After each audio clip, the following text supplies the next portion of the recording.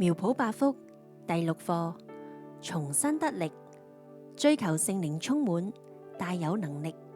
第5天，以弗所書1章13節，你們既聽見真理的道，就是那叫你們得救的福音，也信了基督。既然信他，就受了所應許的聖靈為印記。以弗所書1章13節，你們既聽見真理的道，就是那叫你們得救的福音，也信了基督。既然信他，就受了所應許的聖靈為印記。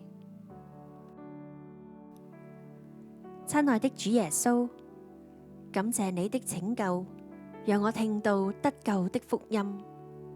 感謝你揀選我，為我承擔一切罪孽過犯。求你幫助我行在你的真理當中，得着聖靈的印記。奉主耶穌基督的名宣告，聖靈作印記來幫助我，叫我可以成為神的國度和基業，被神使用。阿門。